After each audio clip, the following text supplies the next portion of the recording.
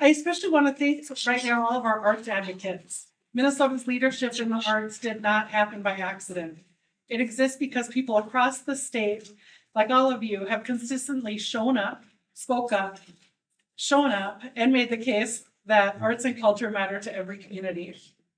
We are also deeply grateful to the American Swedish Institute for hosting us. ASI is more than a museum. It is a place where culture, history, creativity, and community come together, an ideal setting for today's conversation. It's especially meaningful to gather here in the heart of South Minneapolis, a community that has stood at the center of defining moments, from the murder of George Floyd to Operation Metro Surge.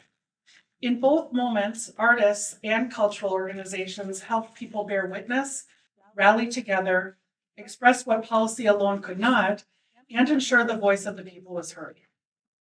That brings us to the question at the heart of today's event. Art doesn't simply decorate communities, it changes them. What does that actually look like in practice? How do arts and culture shape the public policies that determine how our communities live, connect, and thrive? Minnesota has long understood that arts are not peripheral to public life, that artists don't just respond to public policy, they help shape it. To think differently about the role of culture in building stronger communities, a stronger democracy, and a stronger future. Please join me in welcoming one of our country's most foremost voices on arts, culture, and civic life, Jamie Bennett.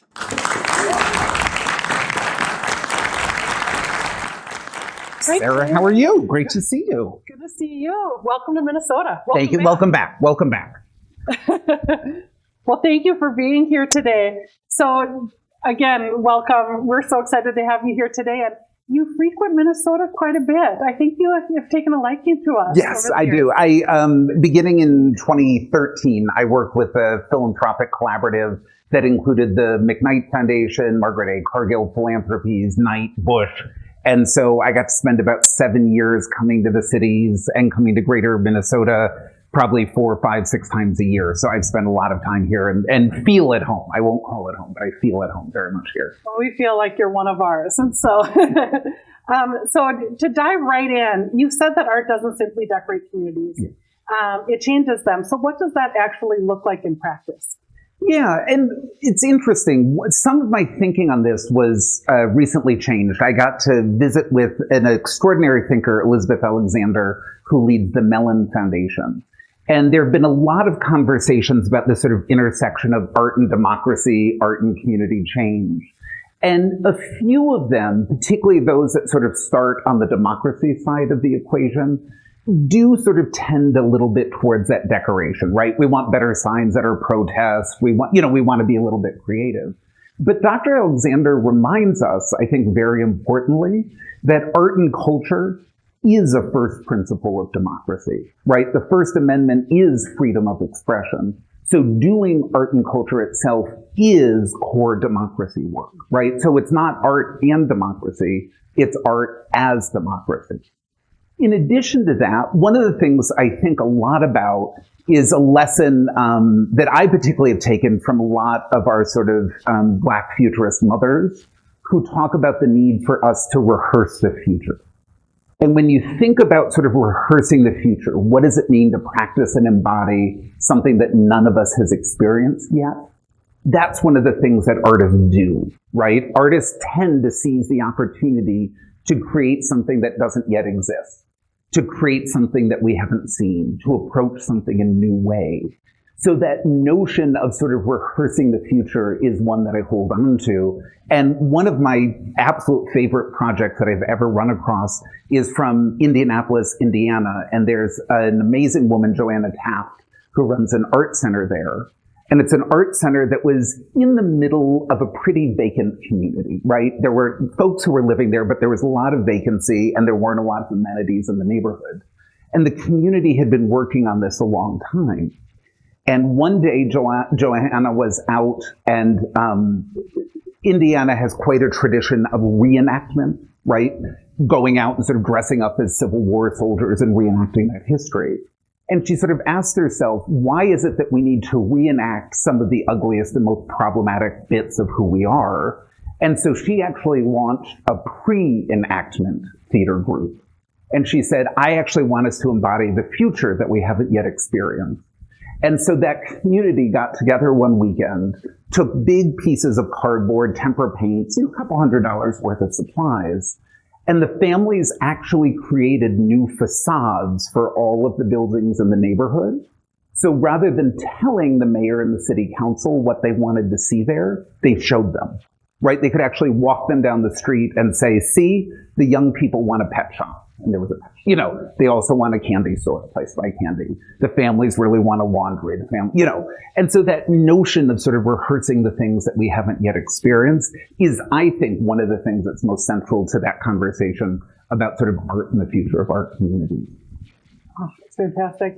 So how do artists help communities have conversations around these kind of public policies that politics can't? Yeah. I was lucky enough to work for a chairman of the National Endowment for the Arts, a guy called Rocco Landisman. And Rocco was probably best known as a Broadway producer, but he got a very important part of his career that got its start in Minneapolis. He bought his Broadway theaters from Jim Binger, the family behind the big night money. So Rocco is also grounded here. So he's happy to have him on my shoulder. But he talks about theater in particular, but all art, as being a chance to overhear gossip, right? As being a chance to sort of peek in on another family, peek in on another individual, peek in on a fight that someone else is having. And that notion of that little bit of distance between audience and stage, but that intimacy of being able to listen into these conversations, I think drives empathy in a really different way. And one of the things that really taught me was sort of my approach and how I've come to think about cultural equity. Because many folks, when they talk about cultural equity, stress the importance of hearing and seeing our own stories told. And I think that's hugely important, absolutely, but that's only 50% of the equation. Because I think with that right comes the responsibility of listening to other people's stories, right?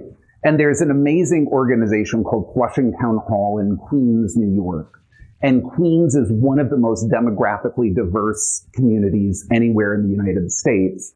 And the artistic director of Flushing Town Hall is determined that her programming on that stage should represent the full diversity of experience in Queens.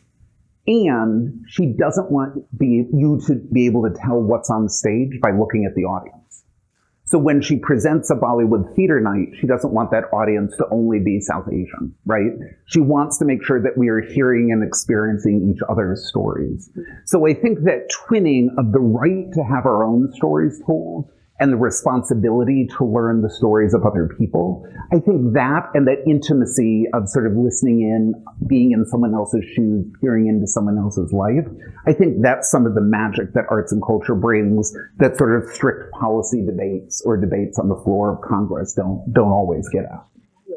So that leads me to something, you've said so many things over the years that have stuck with me, but many people think of artists as responding to society, but you really argued they help us shape society and shape public policy. How so? Can you talk a little bit about that? Yeah, and I think there are a bunch of ways that do that, right? So, again, to sort of in the same conversation with Dr. Alexander from the Mellon Foundation, she often quotes the poet Gwendolyn Brooks, and Gwendolyn Brooks has an amazing poem that includes the lines, "One wants a teller in a time like this." So there is absolutely a role for artists as witness, right? I am experiencing something, I'm processing that, and I'm sharing it. There's also that role of dreamer, right? How do we sort of dream the thing that we've never seen yet? The third thing that I think I would add to that is there's a really important role, I think, with arts and culture in shaping a shared identity and a shared project. And when I think about the things that bring people together, one of the examples that sort of everyone points to is sports, right? We particularly feel that coming off of the World Cup, which was amazing.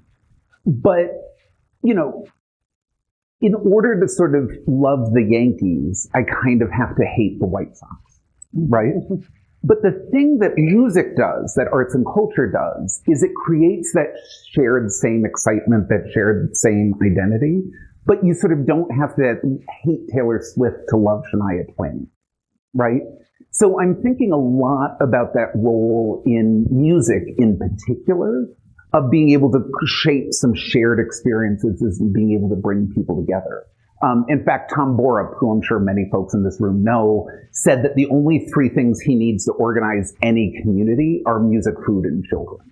And I really do think there's something magic about music, food, and children in terms of being able to bring us together despite anything else.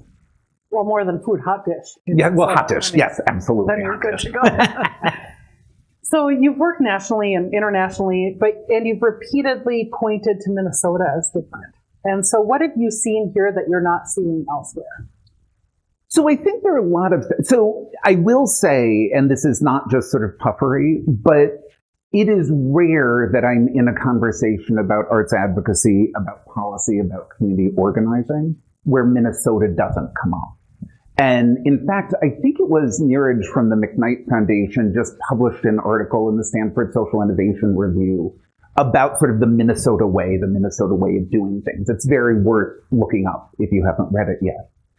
And the things that I think about when it comes to Minnesota, there's a sort of rootedness in place and a connection to each other in the community that seems more and different than in many other places. Many communities, many cultures have a tradition of mutual aid, right? But there's something about the way that Minnesota practices that and embodies that, certainly the way we've seen it most recently during Operation Metro Surge, of what service looks like, of what activism looks like, and that sometimes that work looks like a whole bunch of middle-aged women standing in the cold, holding coats, waiting for someone to be released from detention, right? That's the kind of power and change that I think many national politicians are missing, right? When I look at the folks in DC, when I look at the folks who are calling for change, it seems so disconnected from where people are, from what they need. And folks in Minnesota seem to have a general sensibility. And I will say that it's, I won't pretend that everything is perfect here. I'm sure it's close to perfect. But there are still some serious disconnects. Particularly when you begin sort of disaggregating statistics by racial demographics and when you begin sort of looking at urban-rural divides. But one of the things that I always think back to, and it gives me hope, I'm going to blank on the community, but there's a rural Minnesota community where I think Laura Ingalls Wilder was born that has a strong tradition that is wonderful here at the American Swedish Institute. Think about a sort of Scandinavian immigration. That community was largely Scandinavian. And I think more recently, the community's become majority Micronesian, right? Particularly as the meatpacking industry demographics have changed. And there were some tensions in that town. And I believe it was a Hmong family that bought the general store in the center of town. And on the side of that building, there's now a mural of Laura Ingalls Wilder holding hands with a Hmong elder. And there is that sense that we can be all of our stories. We can be all of the things. We can coexist. And I think that I've been thinking a lot about that notion of radical coexistence and what that really means and what it means to exist in a world, even when you have to exist in a world with people who don't necessarily think you have the right to exist, right? I'm not just sort of talking about a kumbaya coexistence, but actually something a little bit more radical than that. Right. I could listen to Jamie talk all day. I don't know about everyone else so far, but I think this is when we kind of first had a conversation was soon after the murder of George Floyd. Yeah. And, in Minneapolis, it evolved very differently than kind of expected. And there was a role that artists played in that story. I'm wondering if you can talk a little bit about that, but then, so what did you observe? And then what similarities did you see with Operation Metro Surge? What role did artists play? How did arts make that different here in Minnesota? Yeah, and I think for both, and I won't pretend to be an expert, right? Everyone here is more of an expert in all of that than I am. But it is, I think, sometimes helpful to have an outside observer notice some things. Right? There's the old teaching that I don't know who it was who discovered water, but it wasn't a fish, right? When you're swimming in something, it can sometimes be invisible to you. But again, I saw many of you last night at the wonderful reception for Springboard for the Arts. And Springboard talks about artists, many of us do, but Springboard in particular talks about artists as a naturally occurring resource, right? Not every one of our communities is lucky enough to be on a waterfront. Not every one of our communities is lucky enough to be anchored by a major hospital or a major employer. Not every one of our communities has amazing public transportation. But every one of our communities have people who sing and dance and tell stories and bear witness. And what's really been amazing to me about both the aftermath of George Floyd's murder as well as Operation Metro Surge has been how many different ways of witnessing and honoring those experiences were already present in Minnesota communities. I was visiting with a colleague, Lisa Bellinger, who's from here, but like she talked about the connection between some of the Native American communities and George Floyd's family, and actually presenting his family with an eagle feather to honor him as a fallen warrior, right? And the fact that those cultures could come together, bear witness to the same events, process them in their own ways and come together. I just think that is really powerful. There is not one way of telling stories. There is not one dominant culture. There are all of those that come together to do that. And I think in both cases, that's been amazing. And I will say, you know, I'm on stage with you, Sue is here in the audience. Part of that is because Minnesota as a state really invests in its artists, really invests in the community of makers, of creators, of culture bearers. And so it is possible to sort of borrow from Springboard to make a living and a life as a creative here in Minnesota. And so I think that nurturing of the ecosystem and making sure that we're watering everything from sort of the youngest artists all the way up through the most mature institutions is really powerful, that Minnesota has tended its ecosystem in some really important ways, creative ecosystem in some really important ways. Yeah. Something that we had discussed at that point was, you know, when we, and I think this might be true for a lot of people here, is when we think of George Floyd, we think of the painting of him, you know, and how another person created that vision of that person, right? And so we looked at that, not a grainy Facebook photo that you might see. And we still have beautiful memorials. And then with Operation Metro Surge, I mean, the Singing Resistance, which is now kind of a movement that has spread. Minnesota looks to the arts in so many ways for how we make our voices heard. Yeah. That it's a treat having you here on the heels of all of that. And how, again, public policy can be shaped by things like singing and like painting, like public art. I'll just interject quickly. For the last 6 years, I've been living in Toronto, Canada, and there's an amazing woman who leads OCADU, the Ontario College of Art and Design University, our version of MCAD. And she actually hosts Democracy Exchange, which is an annual conference sort of rooted in an art school about folks who care about the future of democracy coming together.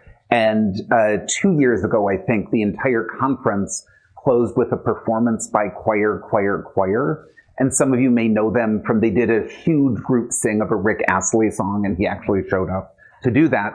But the reason that's called getting rickrolled. That is getting rickrolled, right? We got rickrolled live. But the reason that Anna wanted to bring us together to close the conference with that is she actually talked about that as practicing collective action, right? So group singing, whether we're doing it for worship on a Sunday or a Friday night, whether we're doing it as part of a community choir, whether we're doing it in a cover band in White Bear Lake next week. When is the concert? August 1st, White Bear Lake. But I do think there is a chance to sort of practice that kind of collective action. Mm-hmm. And again, I've been obsessed for the last 2 years with the role of music, and music in particular, of being able to hold the political left and the political right within a single genre. A few years ago, Yo-Yo Ma and Condoleezza Rice gave a concert together. And it got me thinking about the fact that, you know, for every Lee Greenwood, there's a Shabuzi, right? For every Kendrick, there's a Kanye. For every Michael Crawford, there's a Lin-Manuel Miranda. And if I could do anything over the next year, I would want to produce an album of duets where you had a musician who identified from the political left and a musician who identified from the political right perform together. And I think almost certainly they would have to perform the Dolly Parton songbook. I can't think of any other repertory that would work quite as well for that. But, you know, she's kind of magical to do that. But I do, and you don't see that as much in theater, you don't see it as much in literature, you don't see it, or at least I haven't seen it as much in those other art forms. So I really have been spending a lot of time thinking and coming back to music because of that. I think Sorry, I took us on a tangent. Our next advocacy day, I think we're going to need to do this. Bring the choir guys. They're absolutely amazing. They can teach any room of people a song in about 10 minutes, and then you perform it together unbelievably. I love it. So what other public policy efforts, I'm really, of course, as Minnesota Citizens for the Arts and Creative Minnesota is this bipartisan effort around lifting up the arts and getting them funded. What other kind of public policy efforts could benefit from the arts? So here there's been a lot of movement around responsible gun ownership, voting rights. How could they benefit or utilize the arts better? If you could wave a magic arts wand, how would you see them? Yeah, well, let me say one popular thing and then one thing that might put me at odds with many of us. The slightly more popular thing, I subscribe to Axios. I don't know if any of you get the political news thing in your inboxes this morning. This morning's subject line, the big headline, was all about art and the environment. And Axios was actually covering 3 different artists, one in Detroit, one in Indianapolis. I can't remember exactly where they were, but all of them were creating works of art that actually had a positive environmental impact as well as sort of drawing attention. So there was one artist who created a work that floated in water and actually purified the water as it was sitting there and being admired, and and you sort of run through it. So I really do think that artists can be solvers. There's an extraordinary woman I had the chance to work with at the National Endowment for the Arts. Cheryl and I were both there with her, called Joan Jigakawa. And Joan often pointed to a journal called Leonardo that was named after Leonardo da Vinci and reminded us that art and science used to be one thing, right? There was this thing about looking at the world, coming up with a question and trying to solve it. And that used to be one thing. And maybe it was a drawing, maybe it was a flying machine, but one person could do it. And so I do think that artists can be solvers. They can invent things that literally have an impact on the environment. There was an amazing artist designer called Dan Borelli, who was working on the reclamation of a toxic site in rural Massachusetts. And it was the toxicity was created because a chemical paint factory had dumped a bunch of poison in the ground. And so Dan and a group of colleagues actually planted a polychromatic garden on top of that site. And the colors reminded us that there was poisonous paint in the soil, but the plants themselves were actually leaching the poison out of it and making that site safe again, right? So there are things like that where artists can actually do things that have a policy outcome. The thing that I've started thinking a lot about and have talked about and has put me at odds with some folks is I do think that artists are really powerful at creating the culture we live in. I think that artists are really powerful in changing our ideas about things. So when you come to an issue like guns, I'm curious about the role that artists have actually played in creating a gun culture in the United States. And that when I think about the role of guns in music, in television, in movies, and particularly the music, television, and movies that we export to the rest of the world. I know in many ways, those of us who are old enough to remember Tipper Gore, I'm sort of going back to Tipper Gore's talking points, right? Yeah. And I recognize that. But if I do believe that artists are powerful at creating our cultural norms, I think we've got to investigate both when that's really good and things that we love, but also when it's problematic. So I'm curious about spending more time investigating that notion of sort of art and gun culture in the United States. And what are the things that we might want to change? What are the things we might want to think about to do that? Because, art really can do that. It was, Dragnet, the TV show, is the reason that we have the Miranda warning enshrined in law in the United States. Because someone was arrested, not given the Miranda warning, this would have been 80 years ago, 70 years ago, and went to court and said, every Friday night I saw Joe Friday give folks this warning. I had an expectation that I was due it, and the courts affirmed that, right? So if you actually look about why we have Miranda rights enshrined in law, it's because of a TV show. So it is a powerful force, but like all powerful forces, right? Fire can be used to warm, fire can also be used to burn things down. So I think we've got to think about that and make sure that we don't assume that all art has halos on it, right? Just because someone is an artist doesn't necessarily mean that I agree with their worldview. And I think we need to investigate and interrogate that, because I think a lot of us sort of assume that all art bends toward the same view of justice. Yeah. I don't think anyone had Dragnet on their bingo card today. Right. I didn't think I would. As I get more and more gray hair. Thank you. Or Chippercore. Or Chippercore. I wish I was too young to remember. So we've talked a lot about this time of polarization, right, and declining public trust. How do you see arts playing a role in bringing us kind of back together? Not that we've ever always all been together, but how do you see that as kind of rebuilding the role in civic life? Yeah, there are a lot of artist projects, including projects here in the cities in greater Minnesota. Seitu Jones and others have done things where literally communities are brought together, right? Brought together across difference because we're going to sit down to a meal together, right? There's that food again. I do think there's that role in sort of the shared stories, the collective work. I do think that arts can help bring us together. And the thing that, again, I've been thinking a lot about this is I've been in a lot of bridging conversations over the last 12 years, particularly over the last 2 years, about sort of how do we bring folks together across difference. And the thing that I've become nervous about recently is that many of those conversations start on the left side of the political spectrum, and many of those conversations feel to me a bit more like conversion than bridging. A bit more like, oh, you people over there don't quite know enough about something. If I can just share a little bit more about it, you'll become as smart as me and you can become more like me. And then the world will be filled with places that look like Cobble Hill, Brooklyn, and everything will be great. And that's not what I'm interested in. And so I'm actually interested in that exchange of ideas. I'm actually interested in what does it mean to have that empathy, to peek into someone else's life. And I worry that some of our nonprofit arts institutions don't necessarily share as many stories on the political right as we do on the political left. And so I'm curious about how we can get more right of center points of view, more right of center folks presented on our stages, in our galleries, in our performances, so that we can learn from them, so that we can experience them, so that we can witness them. Mm-hmm. And so that's what I've been thinking a lot about. I had a chance a year ago to be a reader for a national initiative that was calling for, it was going to support the creation of new works that were about democracy. And I was lucky enough to read the sort of 32 finalist proposals. And every one of them had a worldview that fit neatly somewhere between Mayor Mamdani and Governor Spanberger. And I was really curious about where was the rest of the political spectrum? Where were those stories being told? Where were they being shared? And I do think in some cases that with nonprofits and philanthropy, that political point of view, worldview, is maybe the one diversity that we're not comfortable talking about.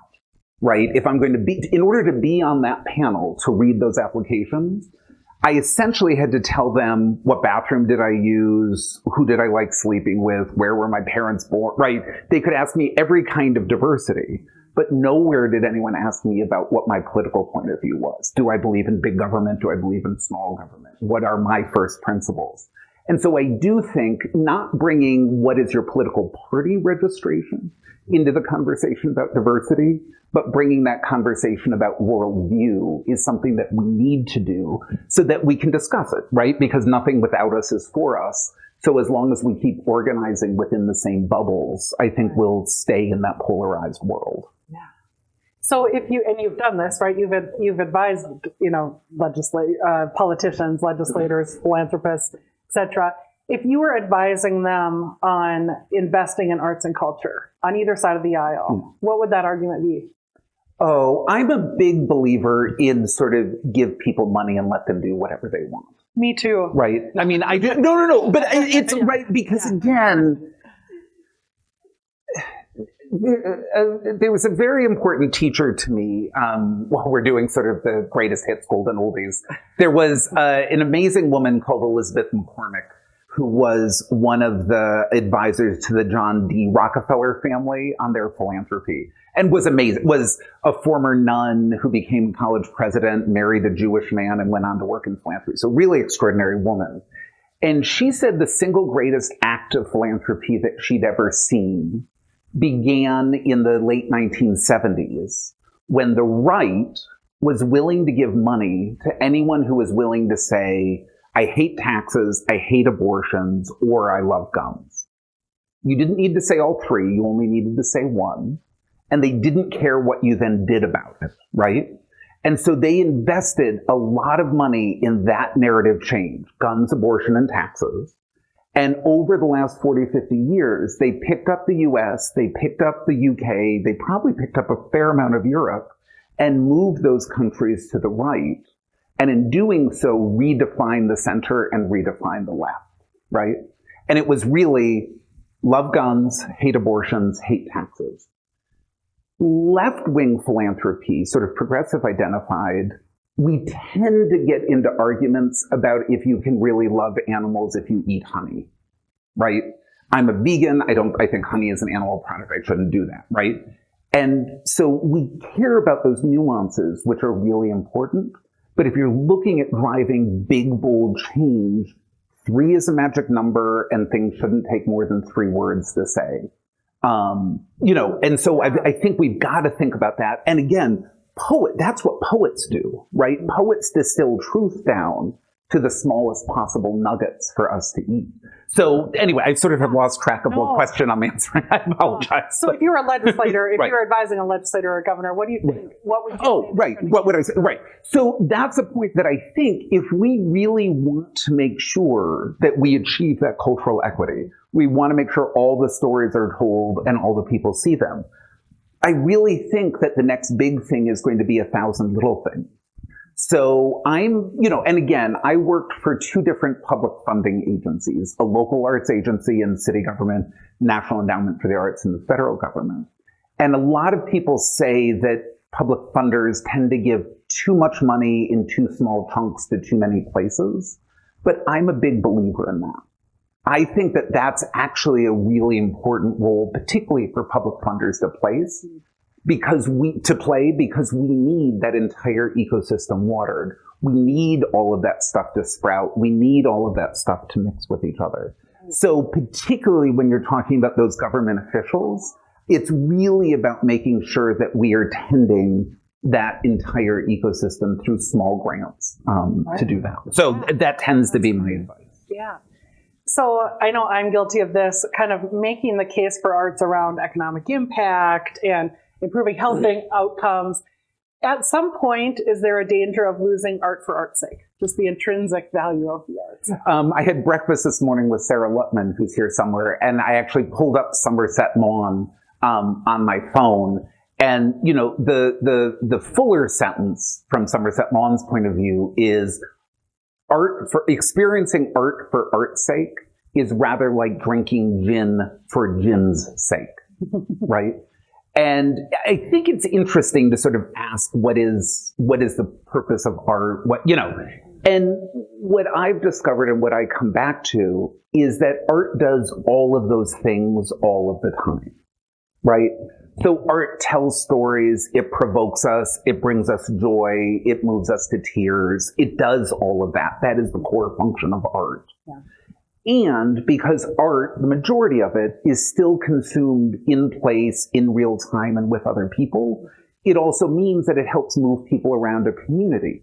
And when you move people around a community, they spend money, and particularly crimes of opportunity go down, right? If more people are on the street, those streets tend to be safer, and there tend to be, fewer of crimes of opportunity, as they're talked about.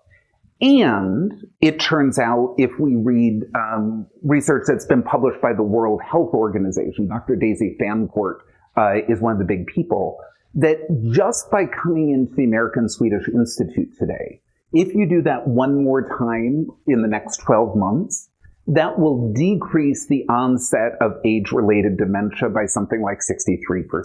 I forget the statistics, right? So please keep coming back, right? And come back to any gallery, any art museum, do that, right? So doesn't have to do anything special to improve our health outcomes. Just by experiencing it, it does that.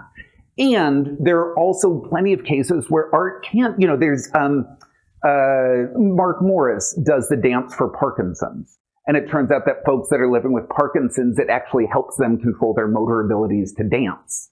And so they actually, it does have, so I think it's goofy to say that art should only do one, right? It should only exist in a white cube. It should only be interesting if it helps us fight crime. It's only important if people from outside of Minnesota come into Minnesota to spend money to see it, because it does all of those things. So that takes me back to the sort of inch deep, mile wide approach that I think about when you're investing in art as civic infrastructure, as a public good. Yeah. So you often talk about belonging, and many have said, belonging is kind of our next big public policy issue, right? Yeah. Can you talk a little bit about why that would become, well, we kind of know why, but talk a little bit about how arts is, again, kind of not an answer to that, but one of the tools in the kit, and how you see that unfolding around the U.S. Yeah, and belonging is something I've been particularly paying attention to. There's an amazing pollster who's identified with the Democratic Party called Celinda Lake. And anyone who watches MS Now will sort of know her work. And she was doing a bunch of polling on in the advance of the last federal election. And on the left, in the sort of left of center communities, she identified something that she termed perfection paralysis. That the left had created a culture where, in order to be sort of let in, you had to answer 17 questions correctly, right?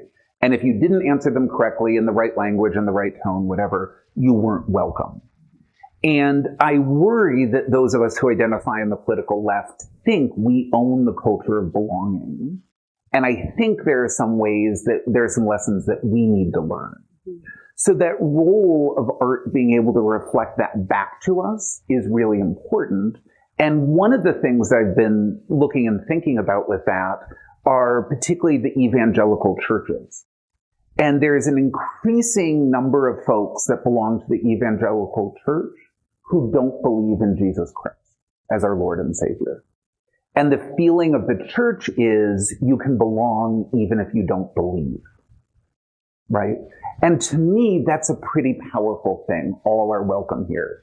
I think back to my, this is a personal story, so indulge me for a second, but I think back to my grandmother's funeral. We're Roman Catholic as a faith tradition on that side of the family. And for those who don't worship in the Roman Catholic Church, a central tenet is you can only take communion if you're a Roman Catholic in a state of absolution. This is sort of, 101 sort of stuff. And at my grandmother's funeral, which was in suburban Cleveland at a not particularly notable or progressive church, the priest got up and just before communion said that funerals are a very specific rite within the church because they bring us together over a shared love of someone, not necessarily over a shared faith tradition. And he then offered a blanket absolution to everyone present and invited everyone present to come take communion. And everyone who's sort of my age and older got very panicked and, he can't do that. But we have to do whatever the priest says. But he can't do that. What do we have to do? But that notion of you can belong even if you don't believe, and that what it means to welcome folks and what it means to expect folks, I think is really, really important.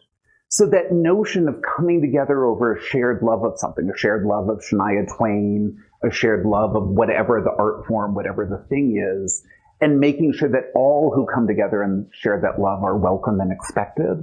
That's what I'm really thinking about. How do we create more opportunities for communities to come together over shared love? Right. What are you, I'm sure everyone's mind is reeling. I could talk to Jamie for 1,000 hours. I think that creating, whether it's art and whether it's singing, sculpture, you name it, is hopeful. Mm-hmm. You're doing something that you're translating some feelings, you're welcoming people in to experience this. With your viewpoint, what are you most hopeful about? What are those signs of kind of hope that you see through art? So one of the things I'm most hopeful about, there was an article in the New Yorker about 10 years ago that reminded us that historically young people have always been right. right? Young people got there first on civil rights. Young people got there first on apartheid. Young people got there first on marriage equality, right? As you sort of tick through it. And yet in each of us, in each generation, we look at the young people and say, oh, they're out of their minds. They don't have any idea what this looks like. And when I look at young people who come together around stories, who come together around shared experiences, who do make together and create together, and it doesn't necessarily look like the making, creating, I don't know how to make a TikTok. I don't know how to do any of that sort of stuff. But they are coming together over, when I was at the NEA, we hired a very powerful consulting firm to come in and create a system map of how art works, right? Joan Shigekawa, who I mentioned before, was very curious about arts research.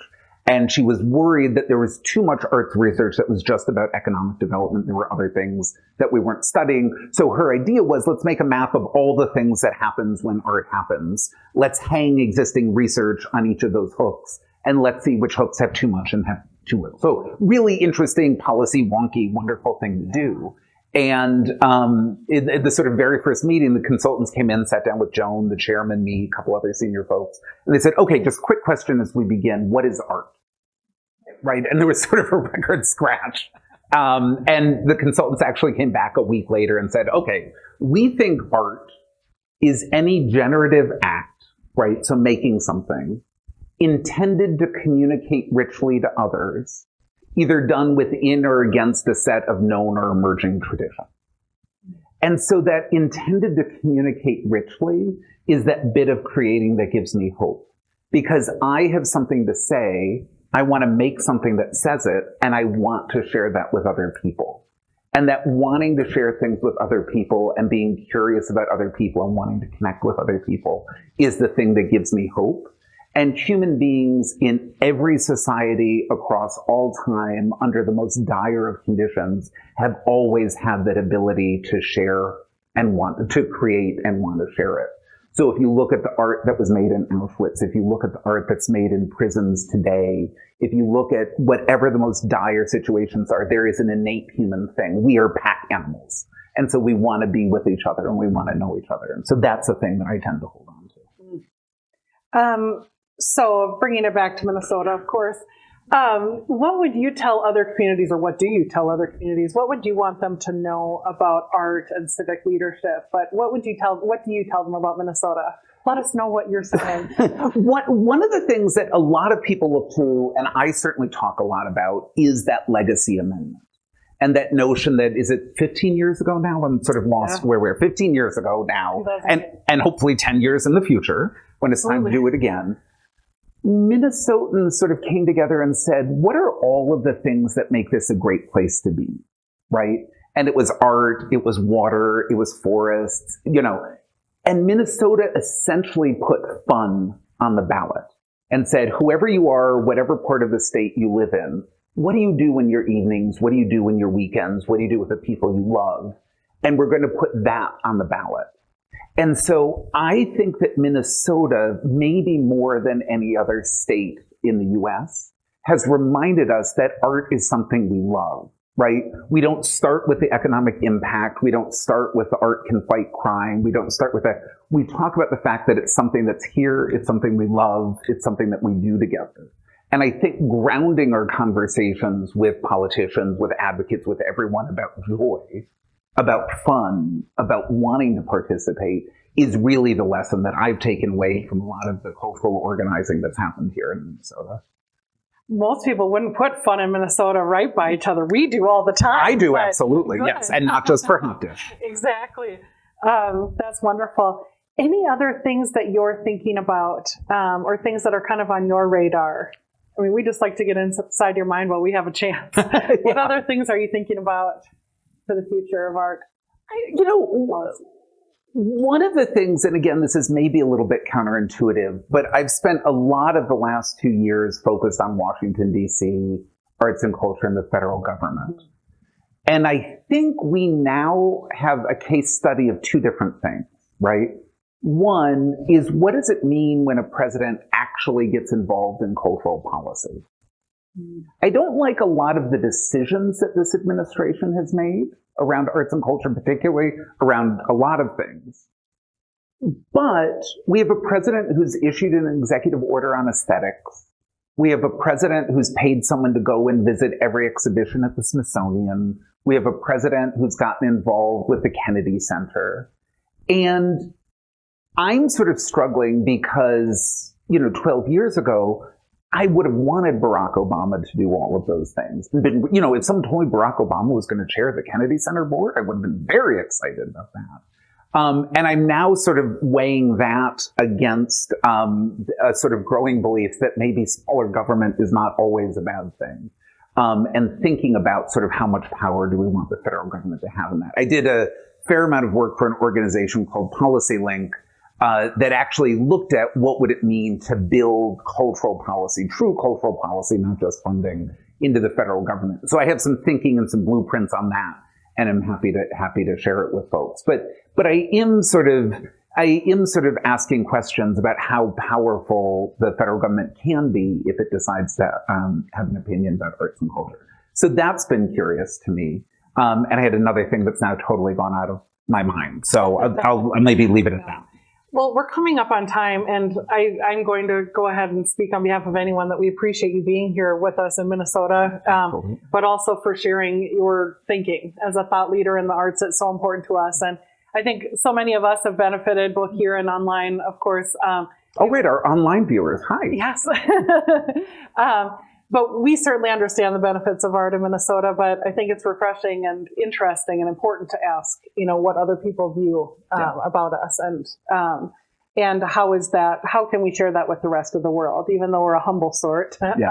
It's good for us to brag a little bit, but also keep doing that good work. Absolutely. So any closing thoughts? Anything with that? No, and this is always true whenever I visit Minnesota. I just want to close with my gratitude, because this is really one of the communities that I've learned a lot from. And it is a community that I carry with me and sort of share stories of and help connect people to. And so I'm just really grateful for everything that you all do all day, every day, for the advocacy, for the making, for the living, for the mutual aid. So I just want to end on gratitude. And that Minnesota is your favorite state. And that Minnesota is one of my favorite states. Yes. One of my 56 favorite states and territories. Well, we know we've got the best advocates in the entire world, but we also are home to such amazing art. And so thank you to everyone who creates, everyone who came together to be challenged by your thinking and get excited about what arts can do. So thank you, Jamie. Thank you, everyone, for joining us here and online, and we hope to talk again soon. Awesome. Thanks so much, Sarah. Thank all of you.